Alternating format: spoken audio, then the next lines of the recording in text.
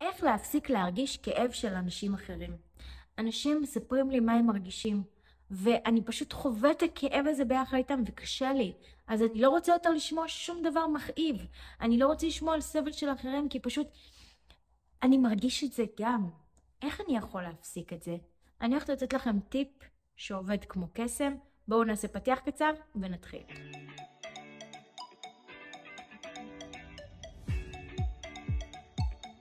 שלום וברוכים השבים לערוץ היוטיוב שלי, אני בר דדי ואני מאמנת להתמודדות עם חרדה, דיכאון, דפרסונליזציה ודה-ריאליזציה. אני רוצה היום לתת לכם טיפ מה אתם יכולים לעשות כשאתם ממש מזדהים עם הרגש של אנשים אחרים. הרבה פעמים אנשים בחרדות או בדיכאון כשעברו את זה והם ככה במצב הרגיש הזה של הביניים או דה-פרסונליזציה, דה-ריאליזציה, הם פתאום הופכים להיות מאוד מאוד אמפתיים בצורה לא רצונית, אפילו לא מודעת, וממש מרגישים את הכאב של אנשים אחרים. ברגע שאנשים באים ומספרים להם על משהו שקשה להם, שהם חווים אותו, שהם על משהו לא טוב שעובר עליהם, הם פשוט נמצאים בהזדהות ובאמפתיה מאוד מאוד גבוהה, וממש הם מרגישים את הכאב של הצד השני וסובלים. ואז אני לא רוצה יותר לשמוע יותר על כאב של אנשים אחרים, קשה לי. וזה פוגע הרבה פעמים בחברות, כי חלק מהחברות זה גם להיות נוכח בזמנים הקשים של החברים, להיות שם ולהקשיב להם, כמו שאני רוצה שהם יקשיבו לי ברגעים הקשים שלי. אז קודם כל, חשוב להבין שזה בסדר לפעמים גם להגיד לא. בתקופות שקשה לנו להכיל את זה, וזה לגיטימי, לכולנו יש תקופות שקשה לנו להכיל כאב של אחרים.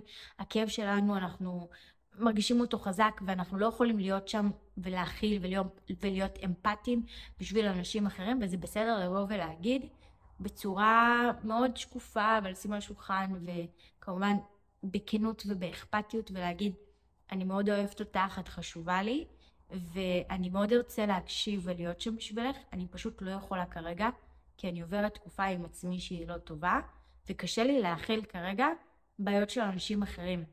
אני רוצה להיות שם בשבילך, אבל אני לא יכולה כרגע להיות שם בשבילך, כי אני פשוט מרגישה שזה בא על חשבון הרגשות שלי, וקשה לי להכיל את זה כרגע. אז אני לא יכולה להכיל את זה כרגע. פשוט להיות כנים ולשקף לאנשים וחברים אמיתיים שבאמת אכפת להם ממכם, והם לא חברים שלכם רק בשביל שתהיו הפסיכולוג שלהם, הם יבינו אתכם והם יאפשרו לכם, והם אולי ינסו גם לעזור לכם ויתעניינו במה עובר עליכם וירצו לעזור לכם ולהיות שם בשבילכם. עכשיו, אם אתם באופן כללי מרגישים שאתם כל הזמן באמפתיה ובחמלה הזאת ואתם רוצים ליצור קצת ריחוק, אז אני רוצה לתת לכם טיפ שיעזור לכם ליצור איזון. אז יש אנשים שכשהם מקשיבים לסיפורים של אנשים אחרים, הם נמצאים בחמלה ואמפתיה.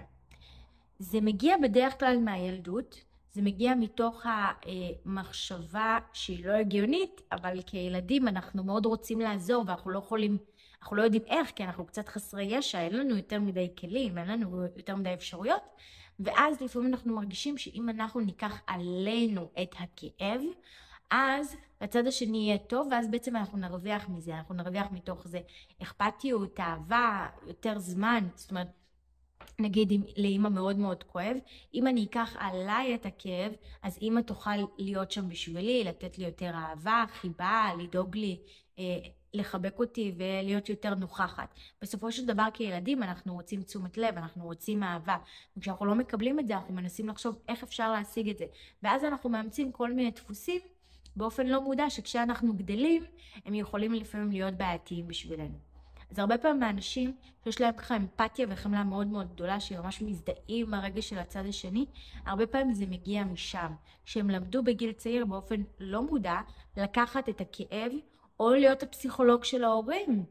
גם יש מקרים כאלה שאיפשהו הם הפכו להיות הפסיכולוג של ההורה, החבר הכי טוב, חברה הכי טובה של אמא או של אבא, ששומעים הכל וצריכים לספוג הכל ולהיות שם בשבילהם.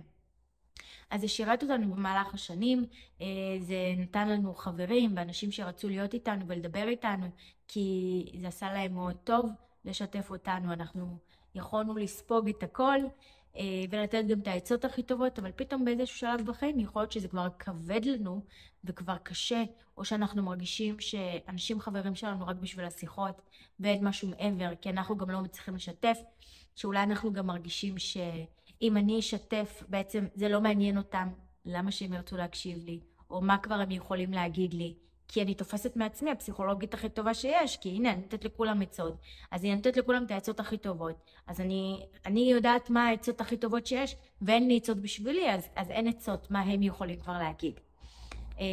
הלופ הזה, הלולאה הזאת מגיעה בגלל שהיא מגיעה, צריך לזכור שהיא מגיעה מילדות באופן לא מודע. כי ילדים רצו לקבל יותר אהבה ויותר נוכחות של ההורים, ולכן למדנו באופן לא מודע לפעול בצורה הזאת, לאמץ את הדפוס הזה בצורה לא מודעת.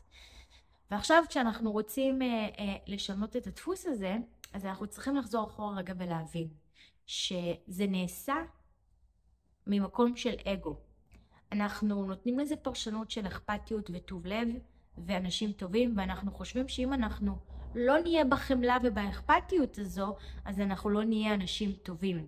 אנחנו לא נהיה טובי לב, אנחנו נהיה אגואיסטים, וזו טעות, זו טעות חמורה. כי אנחנו כן רוצים להיות אנשים אכפתיים ולהיות עם חמלה, אבל אנחנו צריכים להבין שאנחנו צריכים קודם כל לראות אותנו, אנחנו צריכים קודם כל להיות בחמלה ובאכפתיות כלפי עצמנו. קודם כל, להגיד בסדר, אני אוכל לספוג את זה, אני אהיה בסדר, זה לא נכון.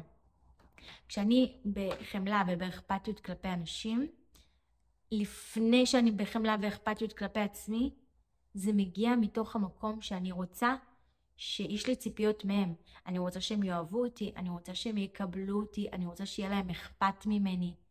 וזה מגיע ממקום של הילדה הקטנה שהייתי, שרציתי את האהבה של אמא ואבא, ולכן אימצתי את הדפוס הזה. אז זה מגיע ממקום של אגו. וקיבלתי על זה הרבה מחמאות, וואו, איזה ילדה טובה, יואו, איזה ילדה טובה יש לכם, איזה ילדה טובה יש לי. נכון, קיבלנו על זה הרבה מחמאות וחשבנו שאנחנו ילדים מאוד טובים בזה שאנחנו עושים את זה. וזה הגיע מהאגו שלנו על מנת לשרוד, לא ממקום שיפוטי. חושבים שאגו זה דבר רע. אגו זה לא דבר רע. אנחנו צריכים לשמור על איזון בין האגו שלנו לבין הנתינה.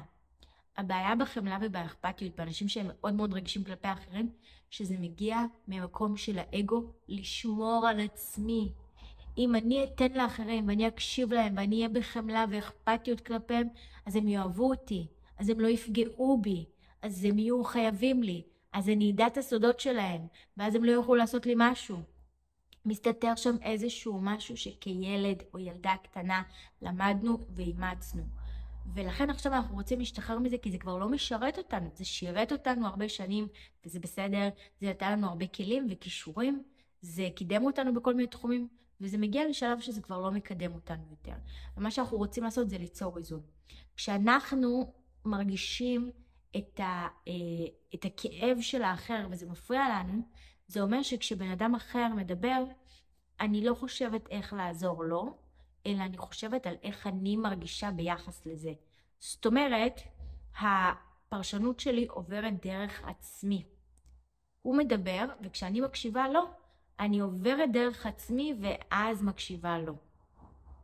ובגלל שאני עוברת דרך הרגש שלי, זאת אומרת, אני מקשיבה למה שהוא אומר, ואז זה הולך אליי. איך אני מרגישה כלפי הדבר הזה. ואז אני מתרכזת בעצמי. הריכוז פה הוא כלפי עצמי. ובגלל זה אני ארגיש לא טוב עם מה שהוא אומר.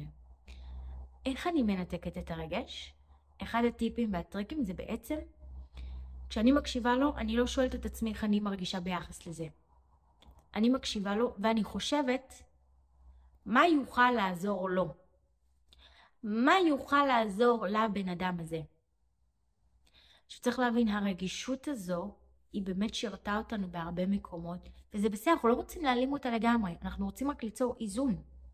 זה לא אומר שאנחנו לא אנשים טובים, זה אומר שפשוט יש לנו איזשהו דפוס מנגנון, שפעם היה מגן עלינו ועוזר לנו, והיום כבר לא, היום הוא מפריע לנו, ואנחנו רוצים לשנות אותו.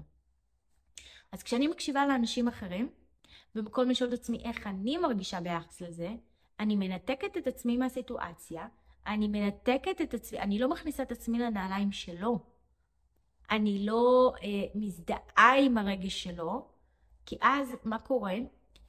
אני בעצם, לימדו אותנו כאילו להזדהות עם כאב של אחר, ואז מה קורה? שנינו פשוט מרגישים רע.